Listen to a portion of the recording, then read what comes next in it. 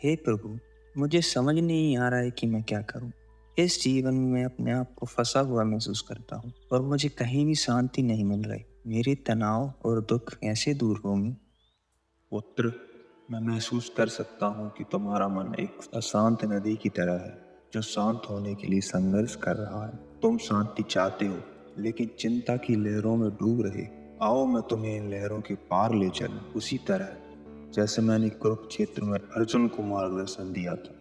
जीवन में हर मनुष्य को अपनी खुद की युद्ध भूमि का सामना करना पड़ता है।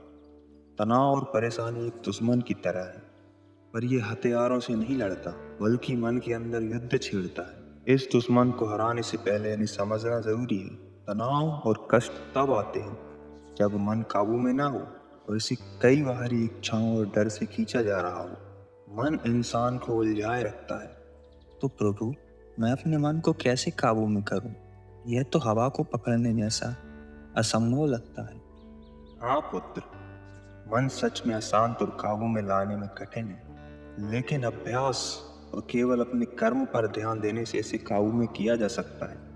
जैसे नदी के तेज बहाव में नाव को स्थिर हाथ की जरूरत होती है, ऐसे ही तुम्हारे मन को अनुशासन और एकाग्रता की जरूरत है। आओ मैं तुम्हें कुछ तरीके बताता हूँ जिसमें तुम अपने तनाव और चिंताओं से मुक्ति पा सकते हो। पुत्र, सबसे पहले गहरी और सचेत सांस लेना सीख। तुम्हारी सांस तुम्हारे शरीर और मन के बीच की दूरी है। जब तुम्हें ज्यादा तनाव महसूस हो तो अपनी आंखें बंद करो और धीरे धीरे गहरी सांस लो। हर सांस को महसूस करो और इसे तुम्हारे भीतर की उथल पुथल को शांत करने दो। और दूसरा, तुम्हें वैराग्य का अभ्यास करना होगा।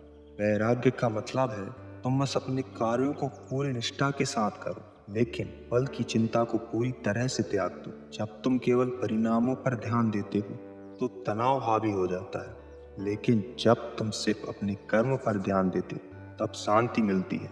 तुम्हें सिर्फ कर्म करने का अधिकार है, कर्म के फल की चिंता त्याग दो। लेकिन प्रभु, परिणामों के बारे में ना सोचना कठिन है। मेरे काम में सब कुछ प्रदर्शन पर निर्भर करता है। पर पुत्र, क्या फल के बारे में सोचने बस से मनुष्य को फल की प्राप्ति होती है? नहीं पुत्र, क्योंकि फल तो तुम्हारे बस में है ही नहीं। और जो भी मनुष्य फल की प्राप्ति की इच्छा करता है, उसका मन फल के बारे में सोचकर अपने कर्मों और कर्तव्य से विचलित हो जाता है और फिर उसे वो फल प्राप्त नहीं होता जिसकी उसे इच्छा थी। पुत्र, मनुष्य सिर्फ कर्म कर सकता है, फल कभी भी मनुष्य के अधीन नहीं है। एक बार जब तुमने अपना सर्वश्रेष्ठ प्रयास कर लिया हो तो परिणाम को स्वीकार करो और उसे प्रकृति की मर्जी पर छोड़ दो।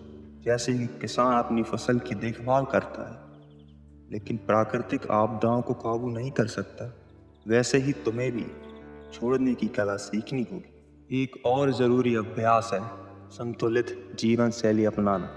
अपने शरीर का ध्यान रखो। उचित आहार, व्यायाम और आराम जरूरी है। एक थका हुआ शरीर एक अशांत मन को और ज्यादा तनाव में डाल देता है। अपने दिन की शुरुआत जल्दी करो, ध्यान योग करो, अपने सुबह के समय को अपने आप से जुड़ने का अवसर बनाओ, इससे पहले कि दुनिया तुम्हें खींच ले जाए। याद रखो, जीवन एक दौड़ नहीं है, यह एक यात्रा है। जब तुम हर काम को जल्दबाजी में करते हो, समय को जीतने की कोशिश करते हो, तो तुम अपनी आत्मा को थका देते हो। इसके बजाय अनुशासन के साथ चलो, लेकिन जल्दबाजी में नहीं। तुम्हारे कर्म अंदर से शांति से निर्देशित होने चाहिए, ना कि बाहरी उथल पुथल से।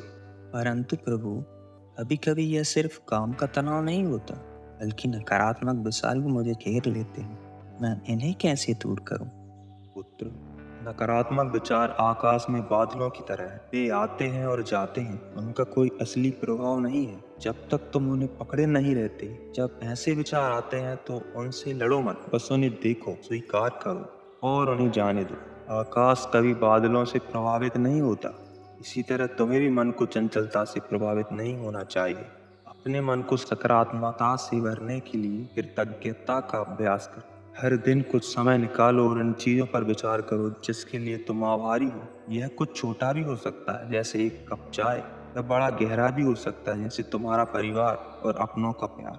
कृतज्ञता में हो सकती है जो तुम्हारी सोच को बदल सकती है और तुम्हारी आत्मा को ऊंचा उठा सकती है।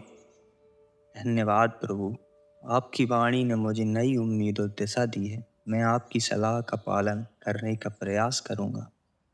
याद रखो पुत्र, मैं हमेशा तुम्हारे साथ हूँ। जीवन में कभी चुनौतियाँ समाप्त नहीं होंगी। अपने बोझ को छोड़ दो और जीवन की लय के साथ बहो।